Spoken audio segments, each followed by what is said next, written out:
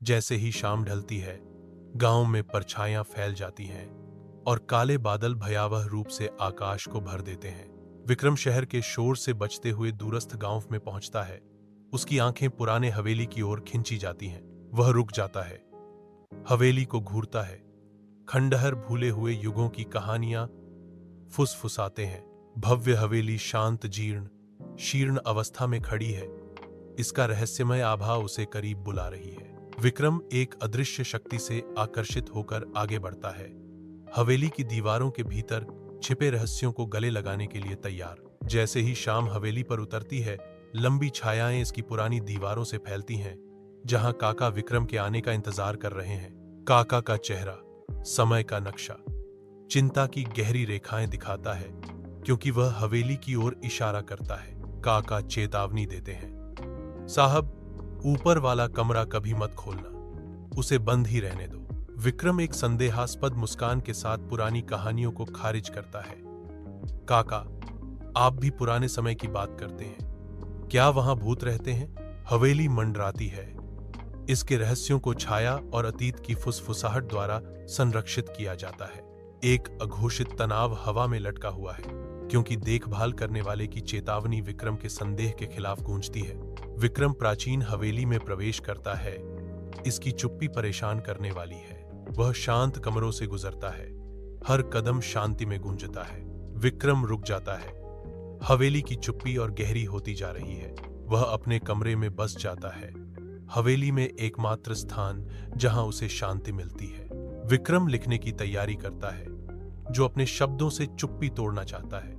रात की शांति में विक्रम शांति से सोता है, अनजान है कि उसके सपनों को भेदने वाली अशांतिपूर्ण आवाजें आने वाली हैं। एक धुंधला लगातार टपक टपक चुप्पी को तोड़ता है, विक्रम को गहरी नींद से जगाता है।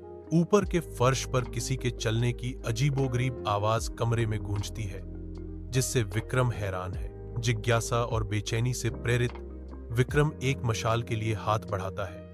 उसकी आंखें मंद रोशनी को दर्शाती हैं। हाथ में मशाल लेकर विक्रम अपनी चढ़ाई शुरू करता है। हर कदम शांत घर में गूंजता है। विक्रम धीरे धीरे सीढ़ियां चढ़ता है।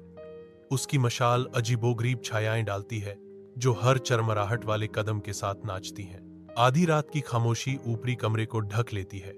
उसका दरवाजा थोड़ा खुला है, जो छाया में छिपे रहस्यों का संकेत देता है। विक्रम दहलीज पर रुक जाता है। अज्ञात का भार उस पर पड़ रहा है। एक गहरी सांस लेते हुए विक्रम साहस जुटाता है।